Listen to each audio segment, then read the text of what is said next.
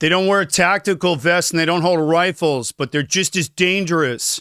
The psychological terror arm of Hamas manipulates public opinion, weaponizes the media, and breaks the mind of hostages.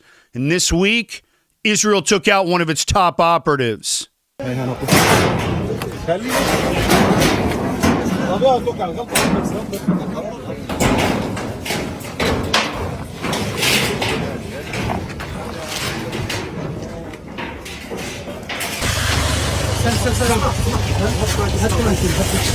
I'm going to show you how this radio journalist was really a psychological warfare officer for Hamas and how the lies he helped spread reached all the way to your neighborhood.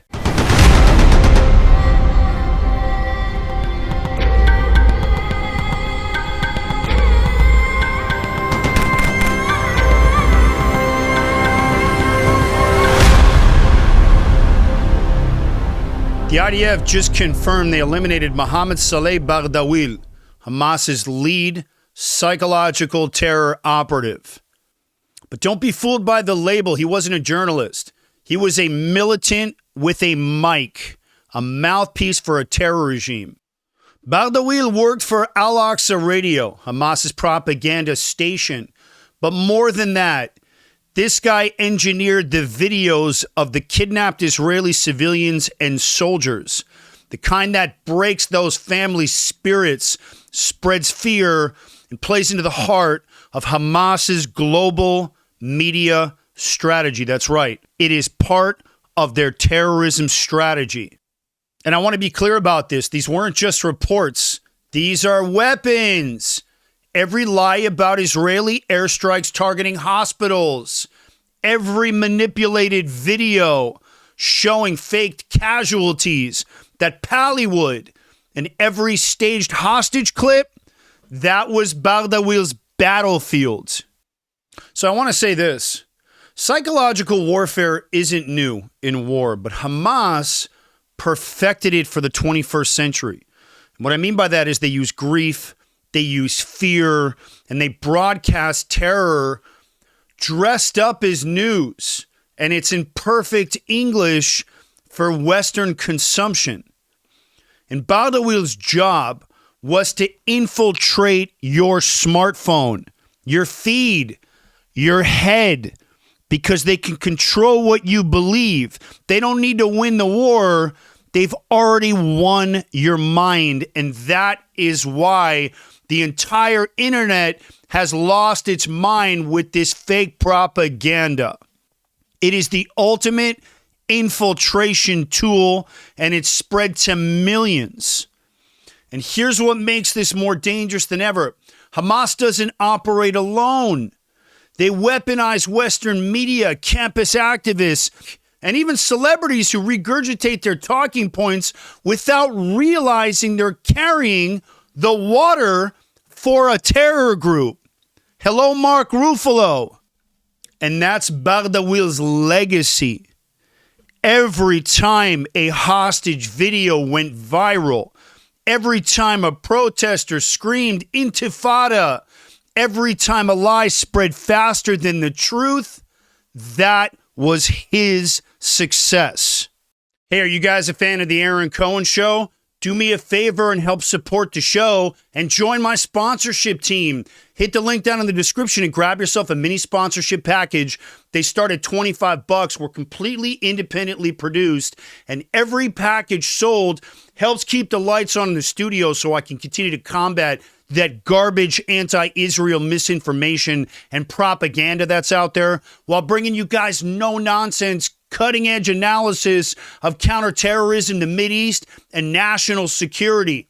And in just 90 days, the Aaron Cohen Show is now the fastest-growing counterterrorism and national security show online with over 100,000 subscribers in the first 90 days. And why?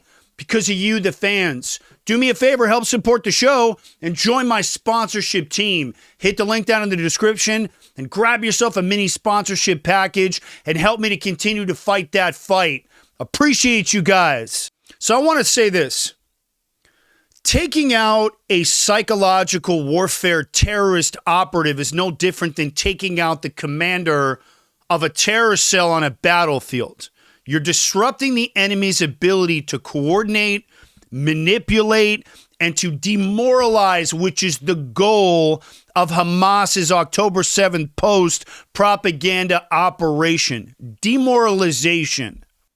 So it's about being headstrong for the Israelis. And let me make this clear. If you use the media to terrorize, you're not a journalist. You are now a combatant, in my opinion. And this war, combatants get taken off the board. And so eliminating Bardawil was a big win. But the war isn't over yet. I want to be clear about that. Hamas has successors. They've already trained the next generation of propagandists. They're on social media right now with farms of rooms of bots. And they're already in your kids' feeds, on your campus, posing as activists, but they're pushing the same lies.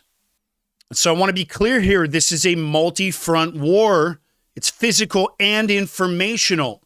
And if we don't wake up to it, we lose more than just land. You lose the most important piece, the truth. So I want to close it out with this.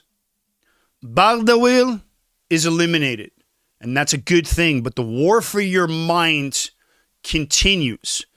You know, on this show, we don't retreat. There's no backwards in counterterrorism. Like we say in special operations, we fight back with facts, with clarity.